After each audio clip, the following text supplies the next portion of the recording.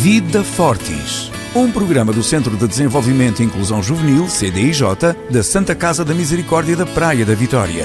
Coordenação de Alvarino Pinheiro, Letícia Leal, Bárbara Faria e Marina Silva. Fortis, um lugar seguro onde te tornas mais forte. Olá a todos e a todas, bem-vindos ao programa Entre Nós, a este podcast que é uma iniciativa do Centro de Desenvolvimento e Inclusão Juvenil Fortis e uma parceria com a turma de Animação Sociocultural da Escola Secundária Vitorino Nemésio.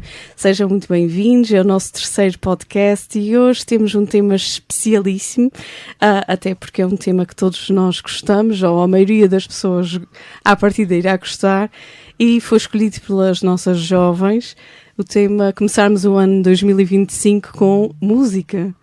E com um convidado muito especial, mas vou deixar que as minhas colegas apresentem este convidado. E hoje estou acompanhada pela Maria Oliveira, pela Madalena Melo e pela Beatriz Cunha, que vão dinamizar esta conversa com uma pessoa muito especial e que elas fizeram questão, desde o primeiro momento em que organizávamos o podcast, de convidar. Por isso, pedia que fizessem a apresentação do nosso convidado hoje.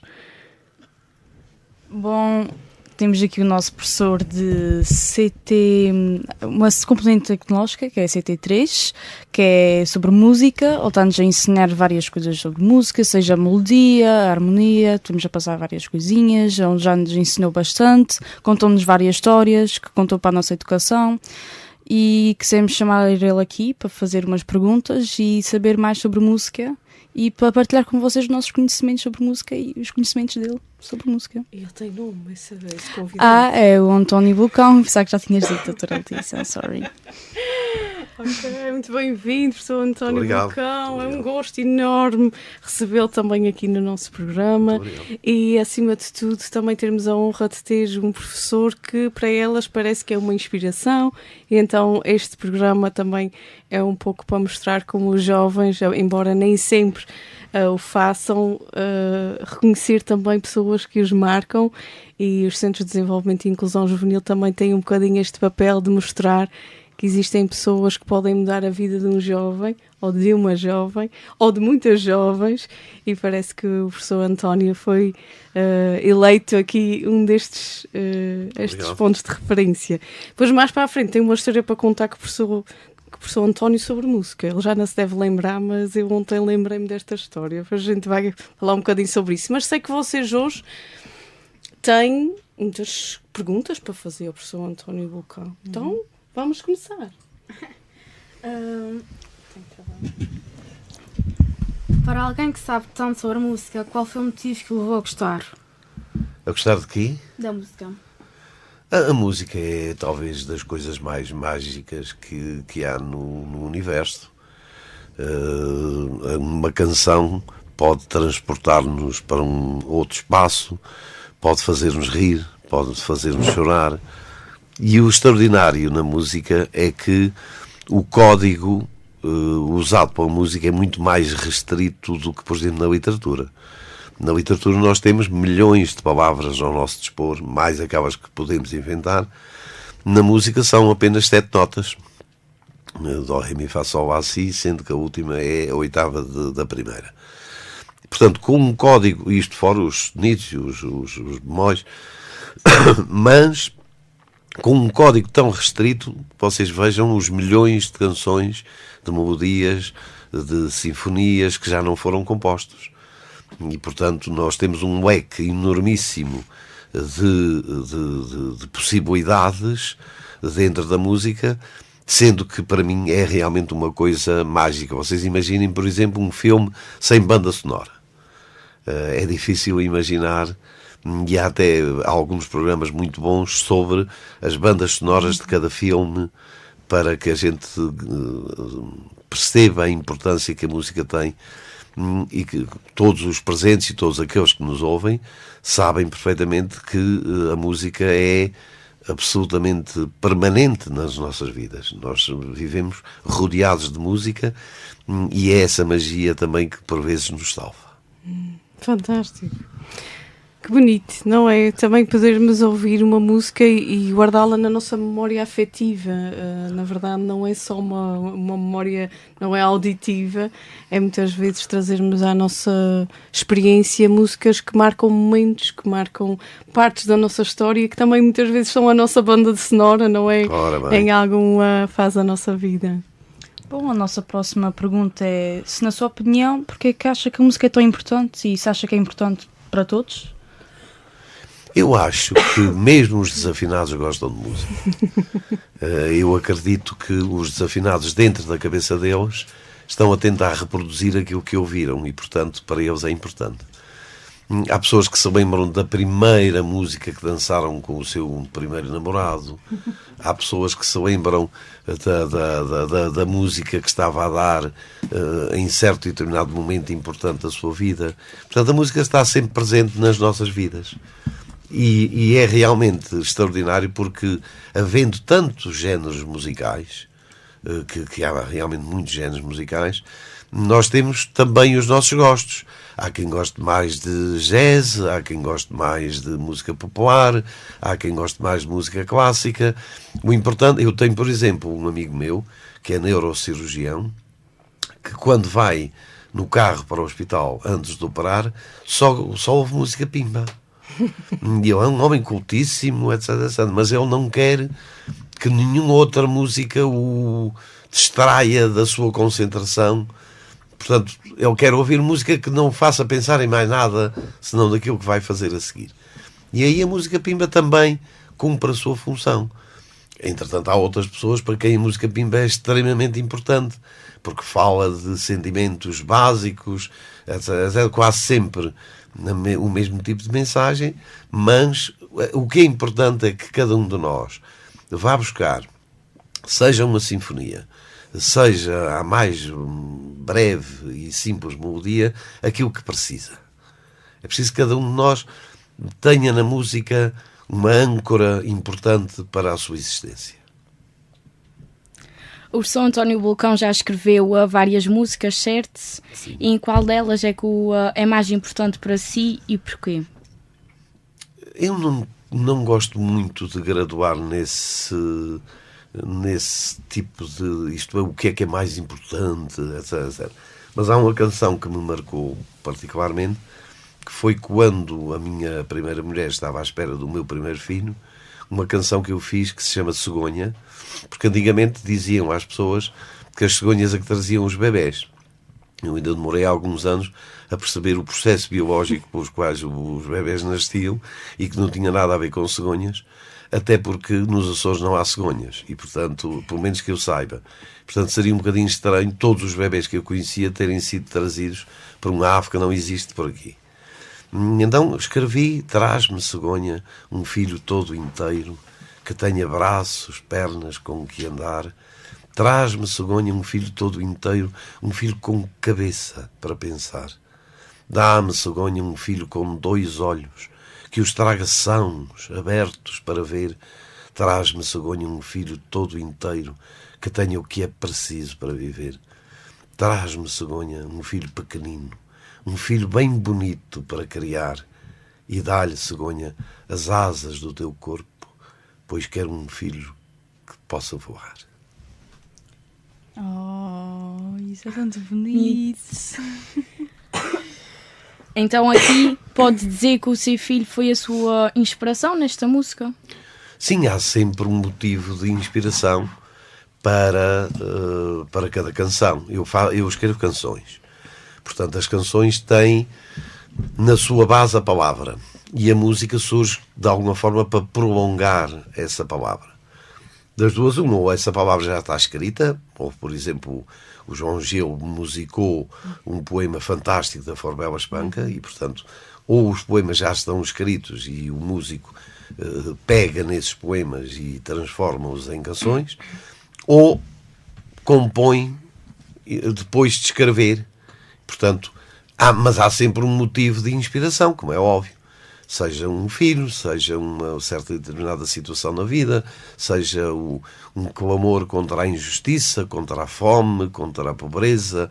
Há sempre um motivo que leva uma pessoa a inspirar, vamos usar o termo mais comum.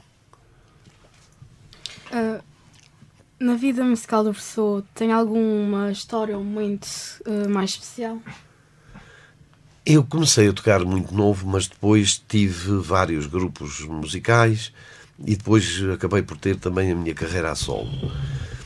Eu vi nascer praticamente todos os festivais que há nos Açores, desde a Maré de Agosto, a Semana do Mar, o festival, a primeira Semana Cultural das Velas, enfim, fui percorrendo as ilhas e tocando e cantando por essas ilhas fora.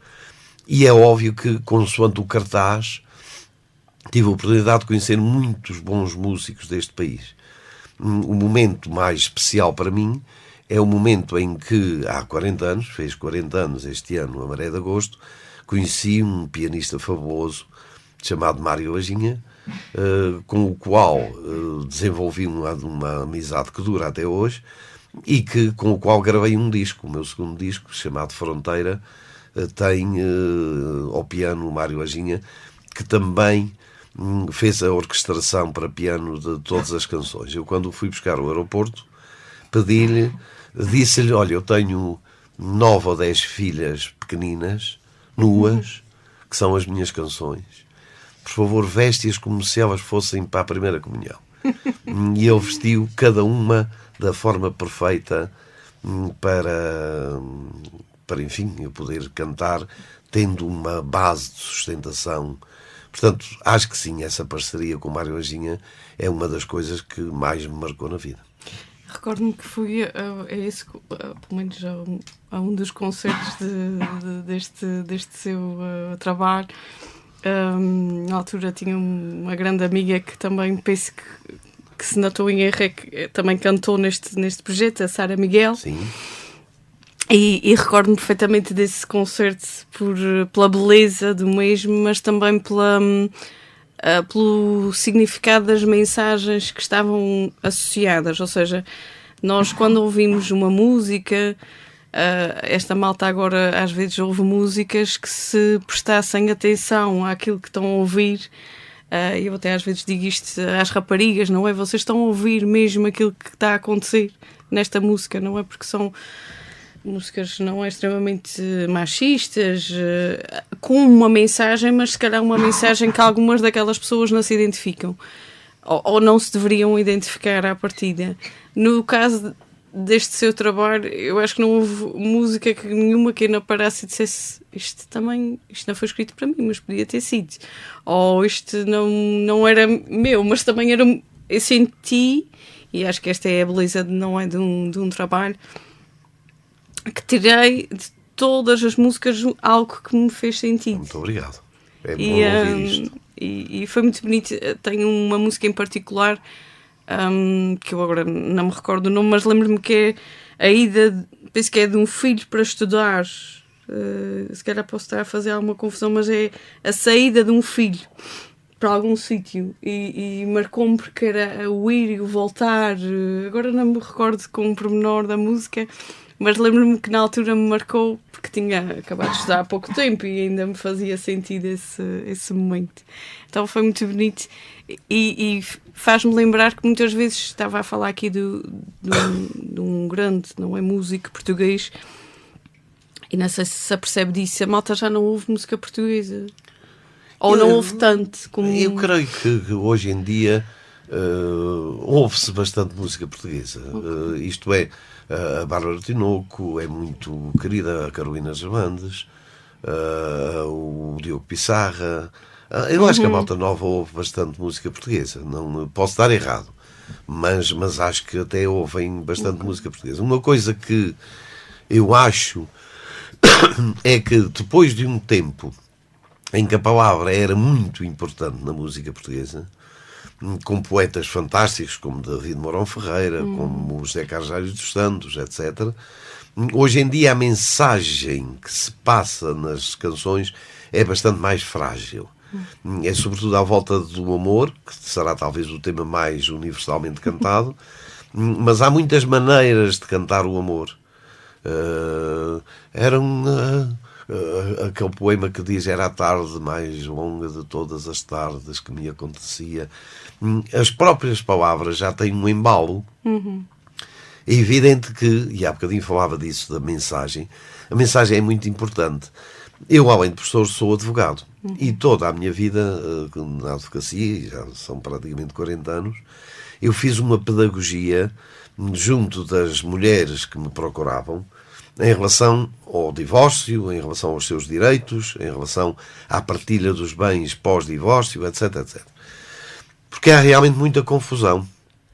E eu sempre disse: partilhem coisas, não tomem os filhos como se fossem coisas. Por exemplo, e eu tenho esta pedagogia, e depois veio uma desgraçada qualquer dizer: podes ficar com o carro, com a casa, com as joias, mas não fiques com ele, sendo que ele é um bebê ou um filho, e estraga-me a pedagogia toda anterior, porque parece que para aquelas pessoas que ouvem aquela canção, que as mulheres são capazes de abdicar de tudo a que têm direito para não ficarem com os filhos, quando afinal podem ficar com os filhos e com metade da casa, do carro e das joias, etc, etc. Portanto, a mensagem que se pretende transmitir é extremamente importante. E hoje em dia o que eu acho é que realmente as palavras perderam o amor, foi tão banalizado, ou está tão banalizado, que perde um bocado também o seu sentido. Mas isso posso ser eu apenas, não. Sempre houve cantores românticos. Eu lembro-me, no meu tempo de adolescente, também ouvia o Roberto Carlos, o Júlio Iglesias, etc. Sempre houve cantores românticos, mas acho que tratavam o amor de uma forma um pouco... Hoje em dia é tudo: foste embora, não disseste nada, fiquei para aqui sozinho. Uma pobreza um bocadinho triste, na minha opinião. Mas é só a minha opinião. Bom, a nossa próxima pergunta é: qual é os instrumentos que o Sr. Bocão toca? Todos eles, ou se toca apenas um? Eu só toco guitarra, e mal. Eu acho que na vida nós estamos sempre a aprender, seja o que for, estamos sempre a aprender. E eu toco guitarra, não me aventurei. Vocês conhecem a expressão o homem dos 7 instrumentos? É até uma música do Sérgio Godinho: eu sou o homem dos 7 instrumentos. Eu não. Eu fiquei-me para a guitarra e ela já tem de levar comigo. Portanto, a guitarra já sofre bastante nas minhas mãos. Não quero pôr mais nenhum instrumento a sofrer comigo. Existe mais algum elemento aqui deste grupo que toque? Eu, Maria Oliveira. E o que é que tu tocas, Maria Oliveira? Bom, tu és autodidata. Eu não toco nada melhor que o Sr. Bocão, mas eu também toco guitarra acústica e elétrica, e aventuro-me em instrumentos de ritmo, tal como o djambé ou o pagodinho. Eu sempre que tento tocar algum instrumento de percussão pareço um gajo a cair para as escadas abaixo. Portanto, o melhor é estar quieto e ficar com a guitarra. Sim, as restantes parece-me são boas a fazer, a tocar campainhas de porta. Exatamente, como a doutora Letícia tal e disse. qual. Não sou... Pronto, cada um nasceu para aquilo que nasce. O meu filho este ano pediu, ele tem 6 anos, pediu uma guitarra elétrica para o Pai Natal, e o Pai Natal trouxe-lhe a guitarra. Nós em casa nenhum de nós sabe tocar, então o que é que acontece? O meu filho põe a guitarra e faz estilo. É isso que ele está a fazer neste momento. Ora, mas bem, também assim, é muito importante. assim começa-se por aí. Então... Há outros, até muito conhecidos, que fazem estilo e não tocam nada. Pois estamos nesta onda ainda. Bom. Ao aprender a tocar este instrumento, a guitarra, enfrentou alguma dificuldade?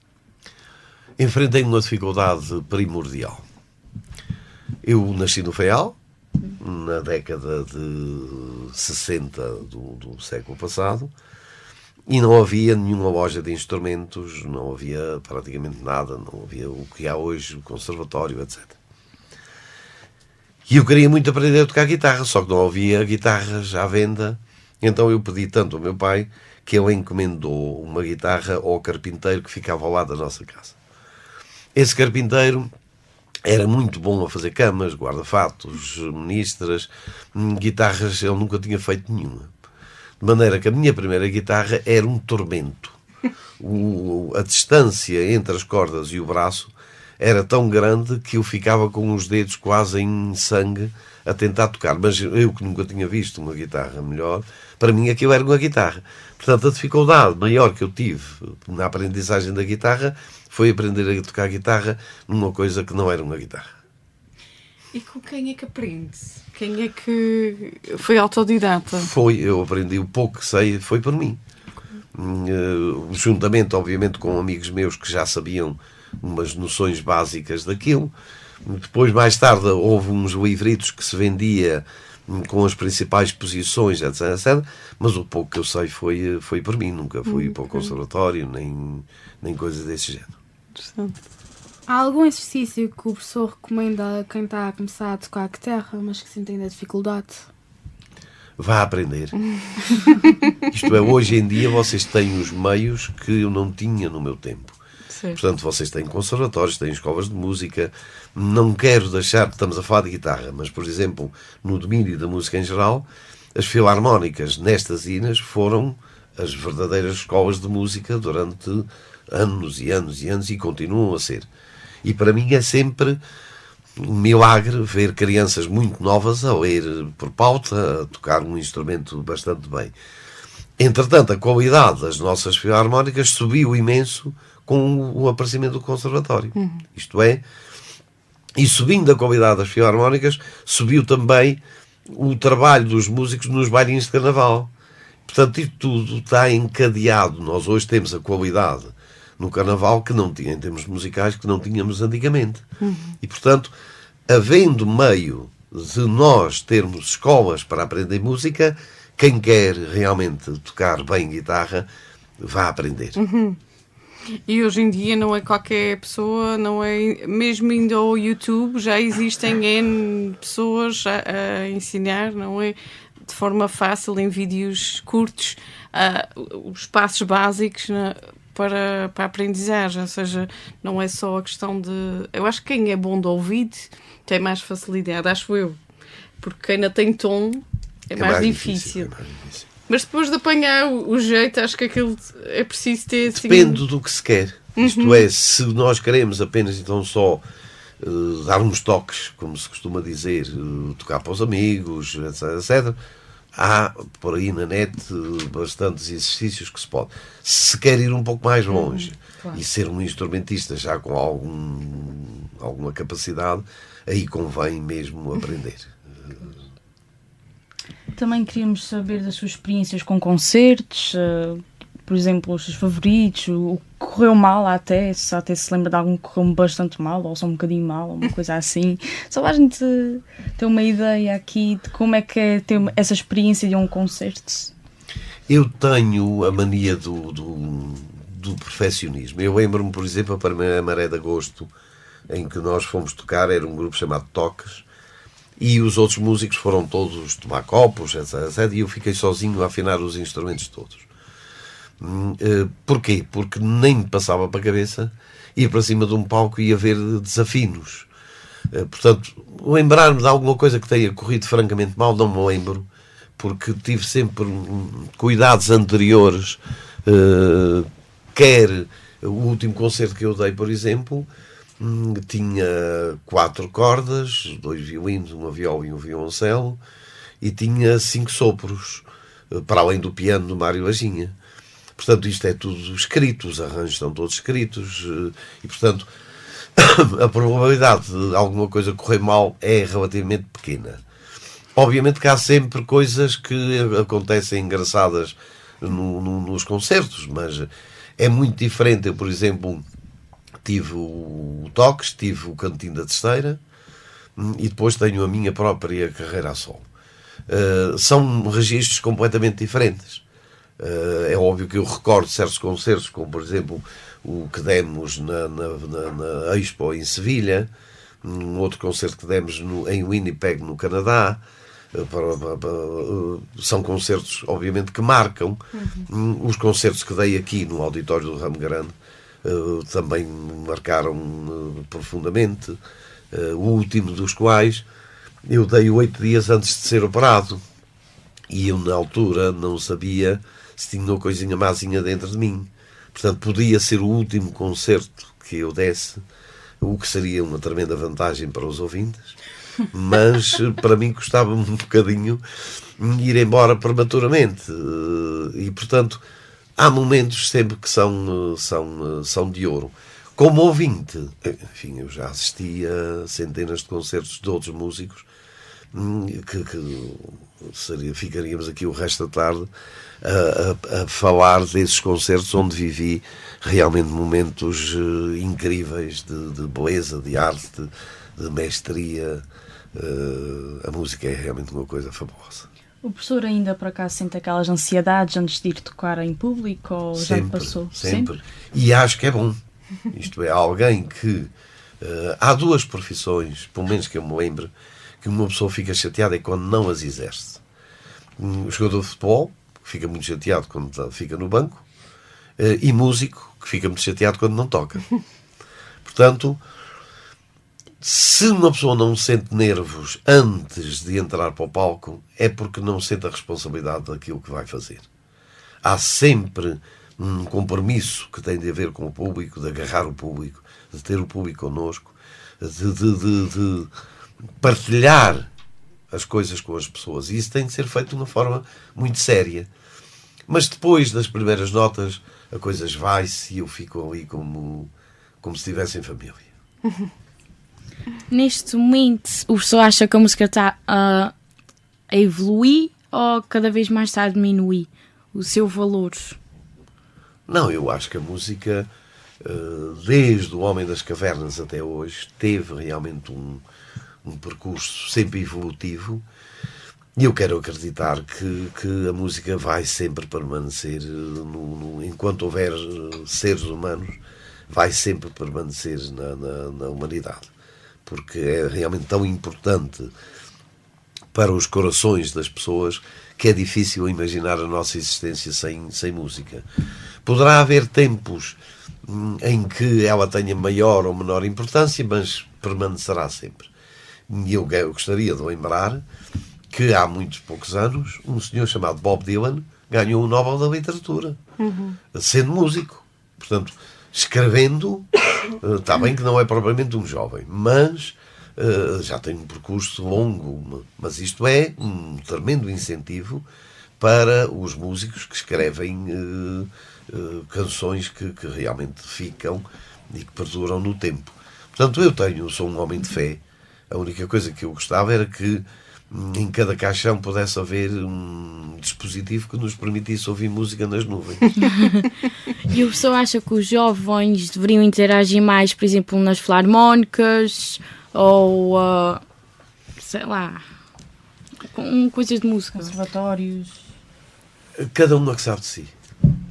Isto é, eu quando tinha a vossa idade, quis aprender a tocar um instrumento, quis fazer da música. E atenção, no princípio eu tocava em conjuntos de baile. Eu estava em cima do palco a tocar música dos Beatles, dos Bee Gees, por aí adiante, para os outros dançarem. E muitas vezes em bailes longos, no tempo, bailes de carnaval, que eu ficava às vezes 6, 7, 8 horas a tocar, eu via os meus amigos lá embaixo a fazerem o que eu gostava de estar a fazer, com as suas namoraditas, etc.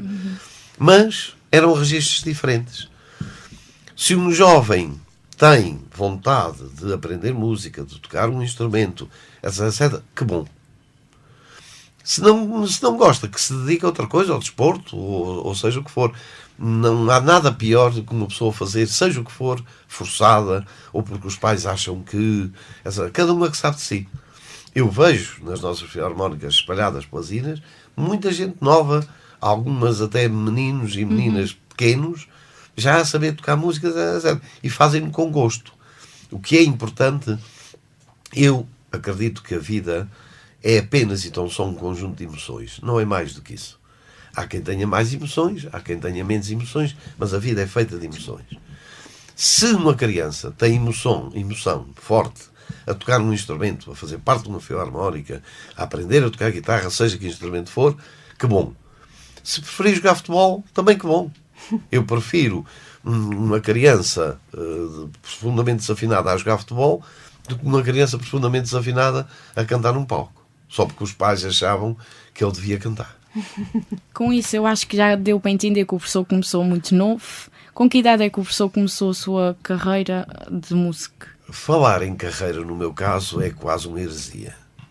Isto é, eu não tenho uma carreira musical. Às vezes uso a expressão para facilidade de comunicação, mas carreira tem os músicos. A Marisa tem uma carreira, o Jorge Palma tem uma carreira. Eu não tenho carreira nenhuma. Eu toquei em conjuntos de baile, depois tive grupos musicais, depois tive o meu próprio trabalho, mas comecei por volta dos 14, 15 anos. Tem algum género musical que aprecia mais ou que, na verdade, se identifica mais? Depende muito do momento. Eu gosto muito de música clássica, mas há momentos em que prefiro o jazz. Gosto muito do jazz, mas há outros momentos em que prefiro a música popular, os blues. Isto é, cada género musical tem a sua magia. E também é muito adequado ao momento. Ninguém vai ouvir Mozart para uma discoteca.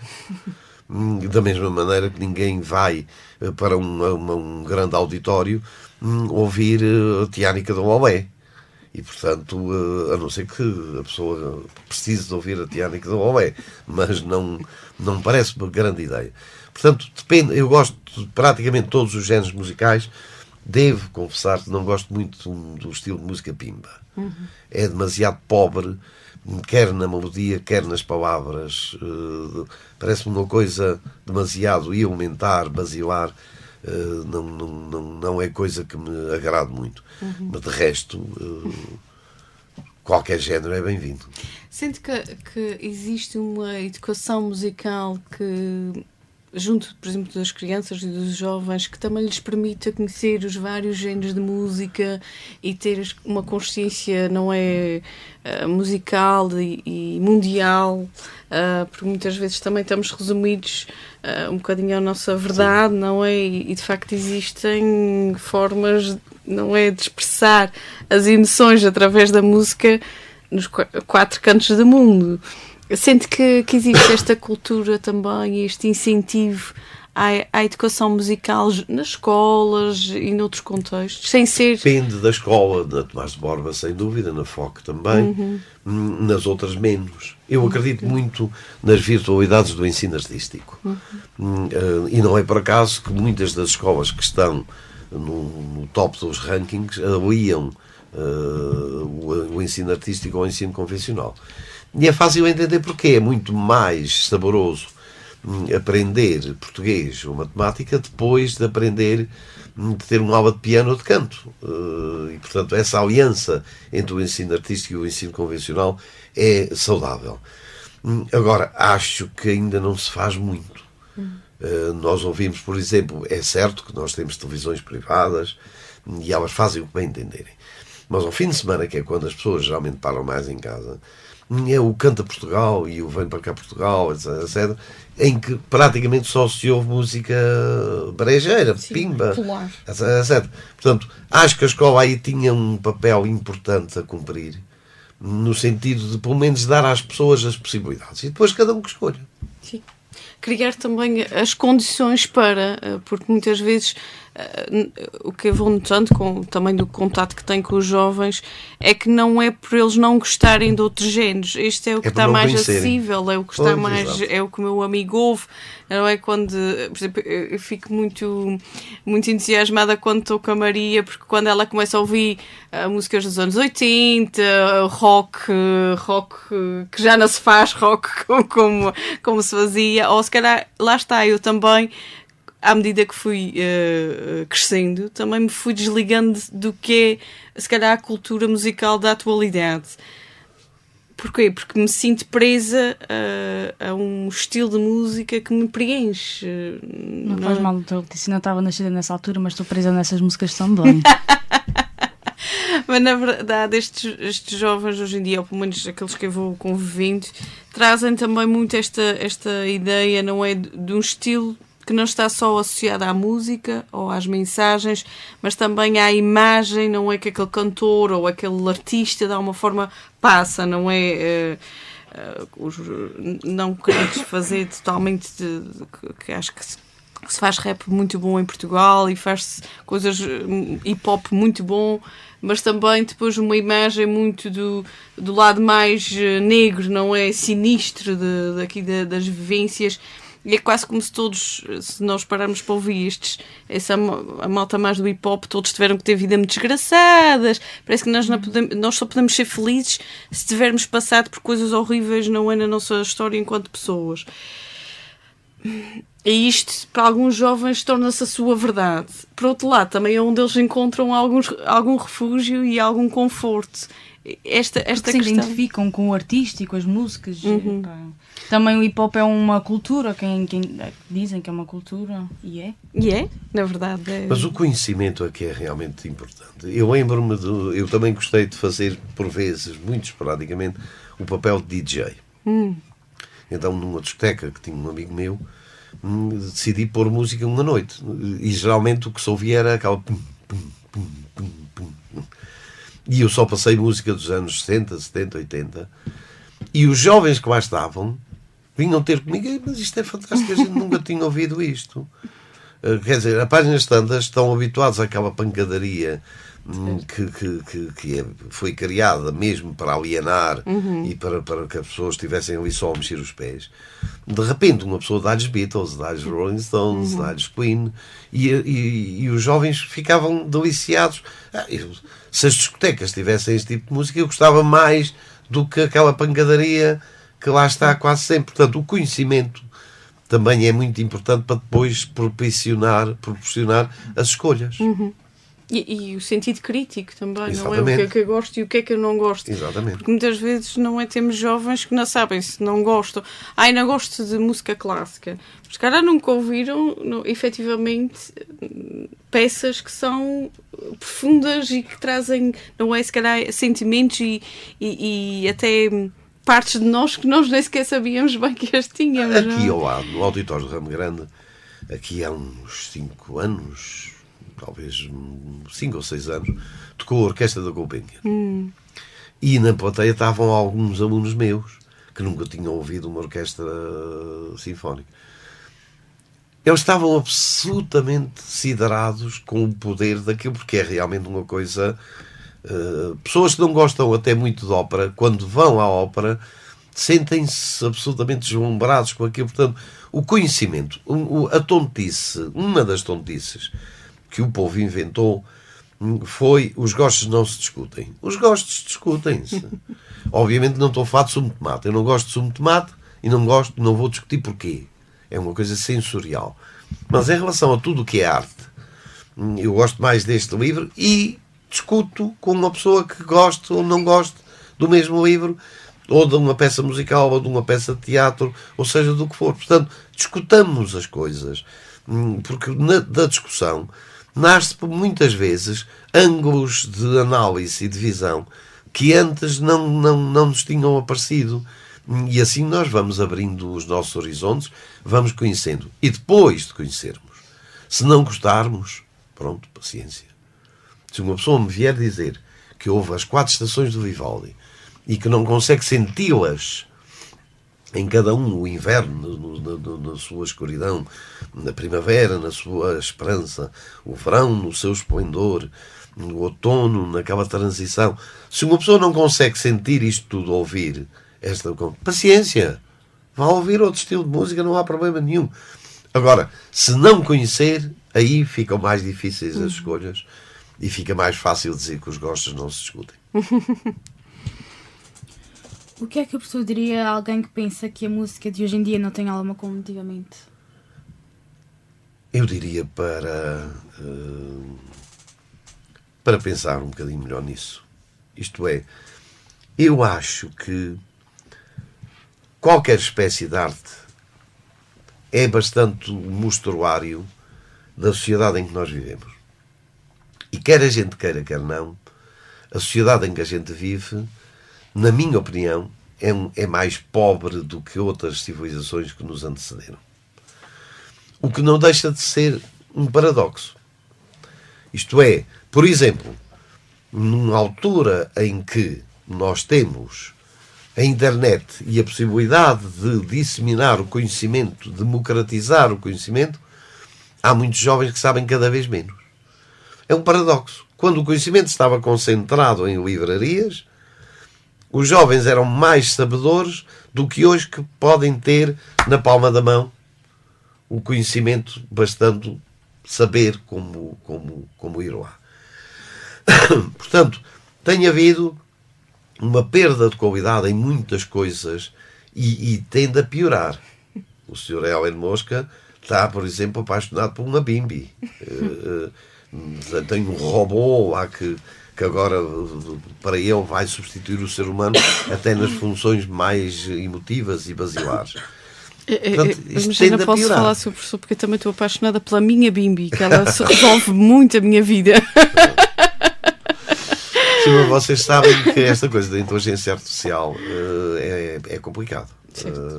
E tende a complicar-se mais, quer na substituição dos seres humanos, quer na possibilidade dela começar a pensar por si, etc, etc. Mas nenhuma inteligência artificial consegue fazer uma música com tanto sentimento tal como a gente faz. Quem é impossível. Que diz? Quem diz? Eu não sei. Eu já tentei usar o ChatGPT, que toda a gente usa, para fazer uma letra de música, que estava numa pura preguiça. Fui usar, eu admito.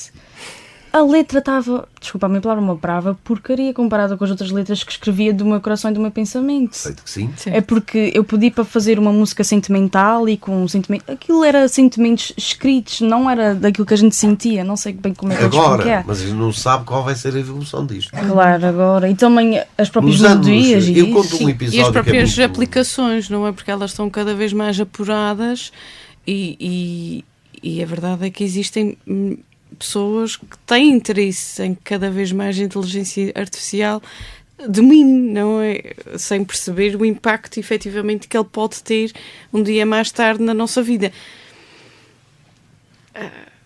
É um caminho que pode não ter retorno, na verdade. Eu gostava de contar um episódio que para mim é relativamente paradigmático. No seu livro Diálogos em Setembro, um autor fantástico chamado Fernando Namora escreve que nos anos 50, 60 foi dado em França um poema, ou 2 poemas, a uma audiência de perto de 700 pessoas, ou coisa que o valha. Um desses poemas, escrito por Éluard, que é considerado o maior poeta francês, é o nosso Camões, digamos assim, e o outro escrito por um computador ao qual tinham sido dadas regras de sintaxe, um léxico grande de palavras, etc, etc. A maioria das pessoas atribuiu a Éluard, o tal poeta grande francês, o poema que tinha sido escrito por computador. Neste tempo, que coincidiu praticamente com o fim dos cabos submarinos, por exemplo, no Faial, para vocês terem uma ideia, no tempo dos cabos submarinos era possível propagar, comunicar, mandar 8 palavras por minuto. Na era digital pode-se propagar uma biblioteca por segundo, para se ter uma ideia de como as coisas evoluíram. Portanto, hoje, se calhar um computador ou a inteligência artificial ainda não consegue escrever o tal poema belo, mas quem sabe se um dia não virá a fazê-lo. Portanto, eu fui operado através de um sistema computadorizado. Se fosse antigamente, eu tinha ficado em convalescência 2 ou 3 meses. Assim, 3 dias depois já estava fora do hospital. Agradeço muito os avanços na área da medicina, da saúde, etc, etc. No domínio das artes já tenho um pouco mais de cuidados e um pouco mais de... Se a gente já vê pessoas que julga que existem e não existem, ouve-as a falar de coisas que elas nunca disseram, isto para mim é muito assustador. É muito assustador. Mas, enfim, o futuro, logo... Eu, quando tinha a vossa idade, quando queria falar com a minha namorada, tinha de telefonar pelo fixo, rezar para que ela estivesse em casa e que atendesse. Se não atendia, ou é porque não estava em casa, ou é porque estava na casa de banho, mas só ouvi o fixo. Vocês hoje têm na vossa mão um dispositivo que vos permite não apenas telefonar, mas mandar mensagens, ver a pessoa com quem estão a falar, mesmo que esteja no outro lado do mundo. Se me dissessem, quando eu tinha a vossa idade, que isto ia acontecer, eu diria que era impossível. E, no entanto, hoje é uma banalidade. Portanto, os tempos que aí vêm, logo veremos. Ora, isto faz-me lembrar, e sei que já estamos quase na fase final, mas faz-me lembrar a minha história com o professor António Vulcão. Que não contou ainda, mas eu gostava de contar. Não é, se calhar não tem grande interesse, mas que é um bocadinho aliar aqui a ciência às coisas bonitas que na altura, se calhar quando eu tinha 22 anos e tinha acabado o curso e achava que já sabia muito. Pronto, faz parte, não é, de ter 20 e poucos anos. Aconteceu uma coisa engraçada, que eu tinha tirado a formação na área da psicologia da justiça e vim falar sobre stalking à vossa escola. E apresentei uma música que na altura tinham-me falado que era um bocadinho a referência de quanto romantizado o stalking muitas vezes é.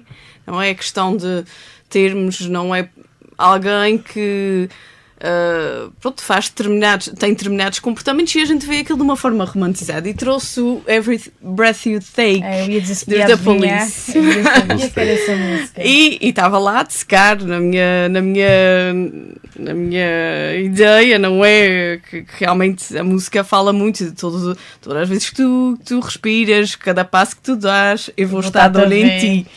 E eu lembro do professor António Vulcão, estava a assistir, e ele disse, já não me recordo bem das palavras, mas ele diz: como é que se pode pegar numa música tão linda, tão bonita em termos da mensagem, porque na verdade é o amor que está na base, é o romance, é o adorar tanto o outro ao ponto de estarmos sempre presentes na vida dele, e fazer disto um crime, não?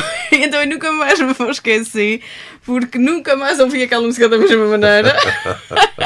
E gosto muito da música e na verdade deixei-me levar, lá está, porque muitas vezes nós também deixamos-nos levar para aquilo que achamos que a razão é, e na verdade quando se ouve música tem que se ouvir música com o coração e apelar ao mais bonito que nós temos dentro de nós, porque não há música boa nem má. Ela pode ter um significado para nós que outra pessoa acha que é ridículo, mas se calhar a música que eu dancei com o meu marido a primeira vez que dancei, como a música do meu, não é lá está a primeira música que ouvi quando fui mãe, se calhar estas músicas, por muito simples que sejam, se calhar podem significar muito. Eu por acaso estava de fones no outro dia a cantar essa mesma música do Every Breath You Take da Police, e a minha irmã vira-se para mim: o que é que estás para aí a falar? Estás-me a assustar? E eu mostrei-lhe a música e ela, ok, porque ela não estava a ouvir a música, ela estava só a ouvir a cantar as frases, a letra, isso.